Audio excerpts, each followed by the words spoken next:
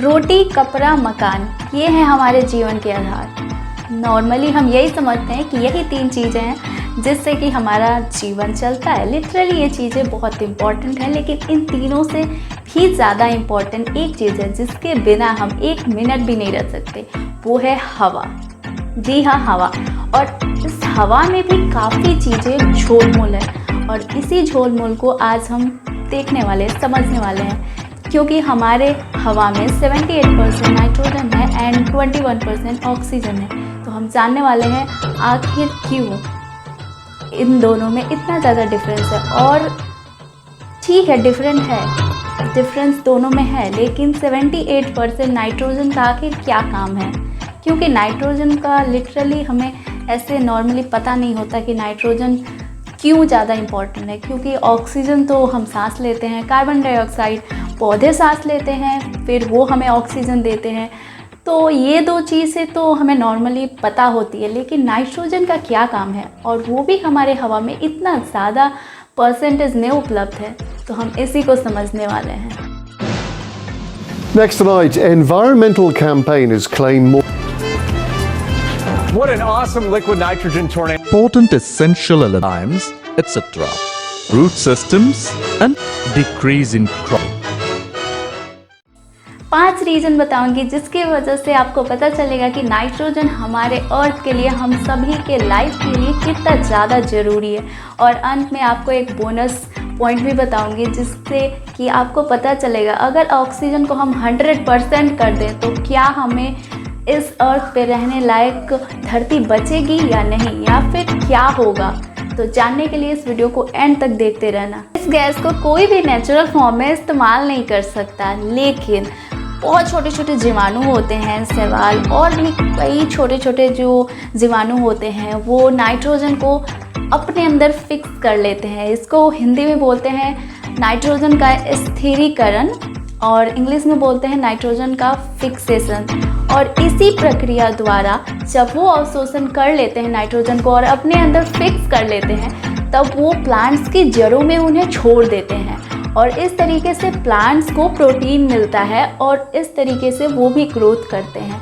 बाद में प्लांट्स के जरिए हमारे अंदर वही नाइट्रोजन प्रोटीन के रूप में आता है, जिसकी वजह से हमारे शरीर का ग्रोथ होता है। बल्कि अगर हमें नाइट्रोजन के रूप में प्रोटीन नहीं मिले, मतलब जो प्रोटीन होता है वो नाइट्रोजन का ही रूप है, अगर ना मिले तो हमारे शरीर का ग्रोथ नहीं होगा। आप तो प्रोटीन के महत्व को भली भांति समझते ही हो। तो प्रोटीन हमें मिलता है नाइट्रोजन के थ्रू। सेकेंड रीजन, ऑक्सीजन के दहन शक्ति को कम करता है नाइट्रोजन। इसका क्या मतलब है मैं बताती हूँ। ऑक्सीजन में ऐसी क्षमता होती है कि वो कहीं भी, मतलब अगर उसकी मात्रा बहुत अधिक बढ़ जाए और नाइट्रोजन ना हो तो वो जल उठता है। तो उसकी इस क्रियाशीलता को नाइट्रोजन रोकता है। क्योंकि हमारे वायुमंडल में नाइट्रोजन की मात्रा बहुत अधिक है और ऑक्सीजन की मात्रा कम है, तो इसलिए ऐसी घटनाएं नहीं होती। नहीं तो सोच नहीं सकते क्या क्या हो सकता है अगर नाइट्रोजन ना रहे तो। थर्ड रीजन, यही नहीं कि सिर्फ ऑक्सीजन की क्रियाशीलता को रोकता है, बाकी सारी जो गैसें होती हैं, कार्बन डाइऑक्साइड और भी बहुत सारी गैसें हैं, उनकी भी क्रियाशीलता को रोकता है। और इसका एक और अमेजिंग सा उपयोग बताती हूँ, जो कि हमारे पास पैकेट बंद चीज़ें होती हैं या फिर चिप्स होते हैं, वो सौगी ना हो, कुरकुरे बने रहें, उसमें भी नाइट्रोजन का इस्तेमाल होता है ना। इंटरेस्टिंग, क्योंकि नाइट्रोजन ही एक ऐसा गैस है जो कि और दूसरे गैसों की क्रियाशीलता को कम करता है, तो वो ज़्यादा इफेक्ट नहीं कर पाती। फोर्थ रीजन, जैसे हमें ताकत और ग्रोथ के लिए प्रोटीन की ज़रूरत होती है, वैसे ही पौधों में भी ताकत, मतलब कि बढ़ने और हरा भरा रहने के लिए प्रोटीन की ज़रूरत होती है, और इस ज़रूरत को पूरा करता है नाइट्रोजन। और इसलिए पौधों के लिए भी नाइट्रोजन काफ़ी ज़्यादा ज़रूरी होता है, क्योंकि उनमें ही तो पहली बार नाइट्रोजन जीवाणुओं के द्वारा आता है और फिर हमें वो पौधों से प्राप्त होता है। तो ये एक साइकिल की तरह है।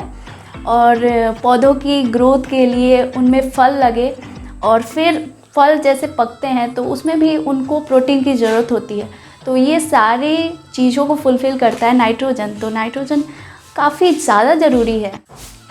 फिफ्थ रीजन, कुल मिला के जितनी भी गैसेस होती हैं जो कि हमारे लिए हार्मफुल होती हैं या फिर हमारे लिए अच्छी भी होती हैं जैसे ऑक्सीजन, उन सब की क्रियाशीलता को कम करता है नाइट्रोजन।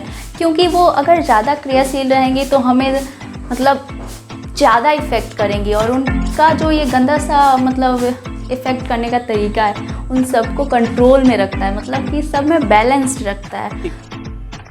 मज़ा आया। तो इस तरीके से हम बोल सकते हैं कि नाइट्रोजन का इतना ज़्यादा मात्रा होना हमारे लिए मतलब रियली इतना ज़्यादा होना ही चाहिए, अगर नहीं होगा तो ज़्यादा हार्मफुल होगा। तो आज हमें पता चला कि कैसे 78% नाइट्रोजन बहुत ही नॉर्मल है हमारी इस अर्थ में लाइफ को बनाए रखने के लिए और हमारे लाइफ को बनाए रखने के लिए।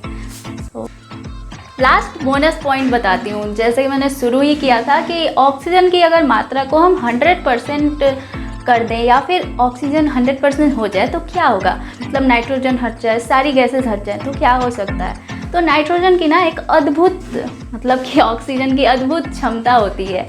वो अद्भुत क्षमता है आग लगने की, मतलब दहनशील होता है और उसको अभी कंट्रोल में रख पाता है नाइट्रोजन।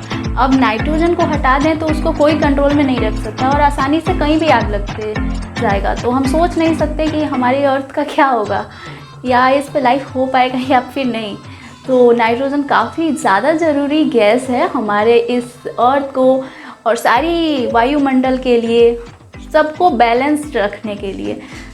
तो ये था आज का वीडियो। कंक्लूज़न की अगर बात करें तो हमारी नेचर में ना कोई भी चीज़ें ऐसी नहीं है कि बिना कारण की है, बेवजह है। जैसे कि नाइट्रोजन की मात्रा को हमने देखा कि क्यों 78% है और ऑक्सीजन थोड़ी कम है। वैसे ही मैं एक और वीडियो बनाऊंगी जिसमें मैं बताऊंगी कि हमारा जो इन्वायरमेंट है उसमें CO2 की क्या अहमियत है। अगर CO2 ना हो तो हमारा ये लाइफ नहीं हो सकता। तो उस वीडियो के लिए इंतज़ार करना है, मुझे कमेंट करके बताना कि आपको देखना है या नहीं।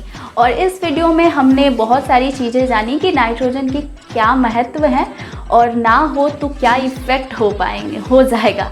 सो कैसा लगा आपको वीडियो, मुझे कमेंट करके ज़रूर बताना। एंड ऐसे ही वीडियोज़ को देखते रहने के लिए इस चैनल को सब्सक्राइब कर लो एंड बेल आइकन ऑन ज़रूर कर लेना। एंड मिलते हैं नेक्स्ट वीडियो में। हेलो गाइस, तो ये है नाइट्रोजन।